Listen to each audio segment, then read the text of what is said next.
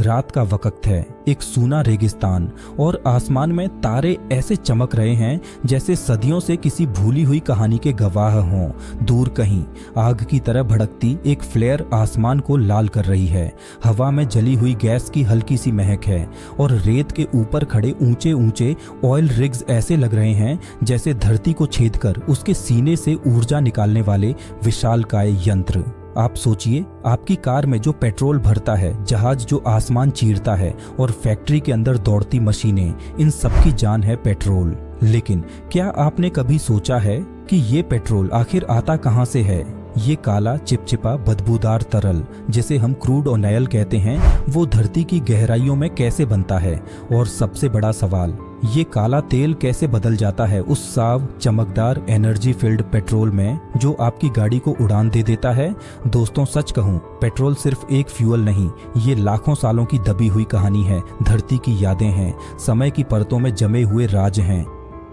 कल्पना कीजिए, आपके हाथ में पेट्रोल की एक बूंद है, दिखने में छोटी, हल्की, साधारण, लेकिन इस बूंद के अंदर कैद है समंदर की गहराई में तैरने वाले करोड़ों साल पुराने माइक्रोस्कोपिक जीवों की रूह। हाँ, सुनकर अजीब लगता है, लेकिन पेट्रोल की शुरुआत किसी आधुनिक मशीन या रिफाइनरी में नहीं हुई। इसकी शुरुआत हुई थी समंदर के तले लाखों साल पहले, जब इस धरती पर इंसानों का नामो निशान भी नहीं था। आज हम तेज रफ्तार जिंदगी जी रहे हैं, कारों में घंटों दौड़ रहे हैं, जहाजों में आसमान नाप रहे हैं, पर शायद हमें इस बात का अंदाजा भी नहीं कि हमारी रफ्तार किसी प्राचीन जीवन की राख पर चल रही है। लेकिन असली सवाल यहाँ से शुरू होता है कि क्रूड ऑयल बनता कैसे है? धरती के अंदर ऐसा कौन सा रहस्य छुपा है जो बसते ही हम उसे जलाकर ऊर्जा में बदल देते हैं? दोस्तों, आज की इस कहानी में हम सिर्फ पेट्रोल की केमिस्ट्री नहीं समझेंगे, हम उस फिलॉसफी को छुएंगे जो बताती है कि ऊर्जा कहीं बाहर से नहीं आती, ऊर्जा बस रूप बदलती है, और पेट्रोल उस ऊर्जा का एक ऐसा रूप है जिसे धरती ने खुद अपने गर्भ में करोड़ों सालों तक तैयार किया है। आप सोचिए, एक तरफ है प्राकृतिक अंधेरा जहां गर्मी, दबाव और समय मिलकर कुछ महान बना रहे थे, और दूसरी तरफ है आधुनिक दुनिया जहां हम उस ऊर्जा को अपनी इच्छाओं में ढाल देते हैं, स्पीड में, कंफर्ट में, प्रोग्रेस में। और अब हम उस सफर की शुरुआत करने वाले हैं जो हमें ले जाएगा धरती की नसों के भीतर, जहां से निकलता है काला सोना, क्रूड ऑयल। तो चलिए दोस्तों, हम समय के उन पन्नों तक पहुंचते हैं जहां न कोई इंसान था, न कोई शहर, बस एक अनंत नीला सागर जिसमें जीवन अपनी पहली सांसें ले रहा था। सोचिए, करोड़ों साल पहले की धरती, समंदर की गहराइयों में तैरते थे छोटे छोटे माइक्रोस्कोपिक जीव, प्लैंकटन, एल्गी, टाइनी ऑर्गेनिजम्स, इतना छोटे कि नंगी आंख से दिख भी न पाएं। लेकिन वही छोटे से जीव आज हमारी कारों का ईंधन बने हुए हैं। ये बात सुनकर अजीब लगती है, पर सच यही है। पेट्रोल असल में प्राचीन समुद्री जीवन की राख है। समंदर के ऊपर सूरज चमक रहा था, लहरों के नीचे जीवन पनप रहा था, लेकिन प्रकृति का एक नियम है, जो जन्म लेता है वो एक दिन खत्म भी होता है। जब ये छोटे जीव मरते थे तो लहरों के संग समुद्र के तल में जाकर जमा हो जाते थे। धीरे धीरे लाखों, करोड़ों, अरबों जीव तह दर तह, परत दर परत समंदर के तल में दबते चले गए।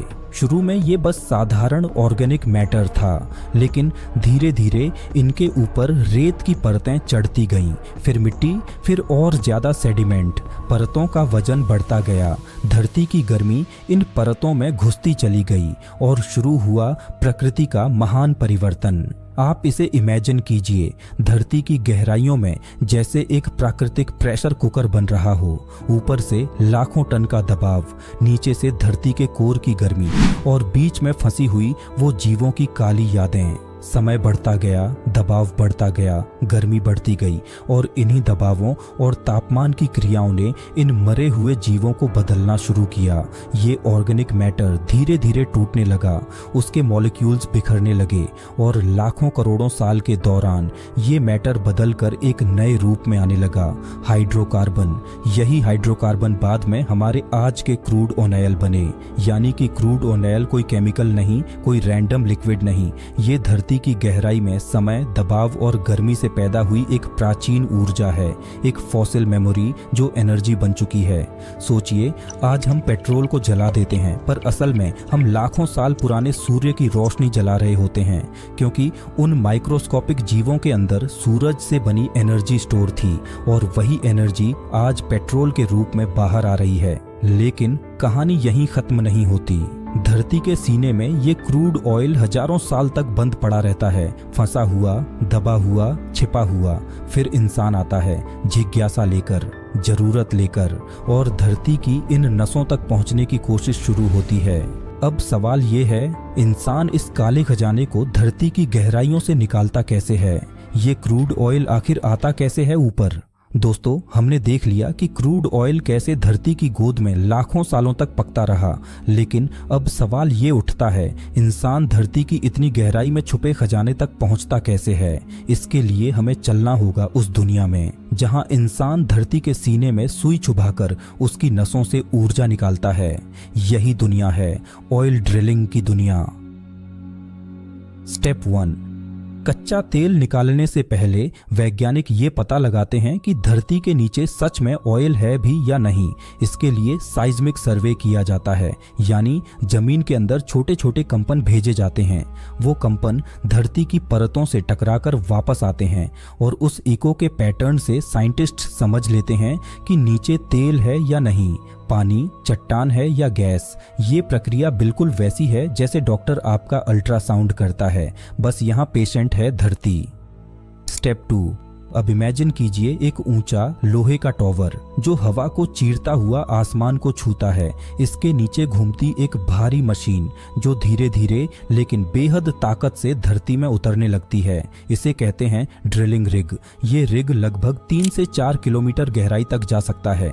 इतनी गहराई जहां अंधेरा है, गर्मी है और लाखों साल पुरानी एनर्जी सो रही है। ड्रिल बिट, एक बेहद सख्त धातु का दांतेदार सिरा, घूमता है, रगड़ता है और धरती की चट्टानों को काटता जाता है। तेज आवाज, भारी मशीनों का कंपन और उसके ऊपर खड़ा इंसान जो प्रकृति की सबसे पुरानी ऊर्जा को जगाने की कोशिश कर रहा है।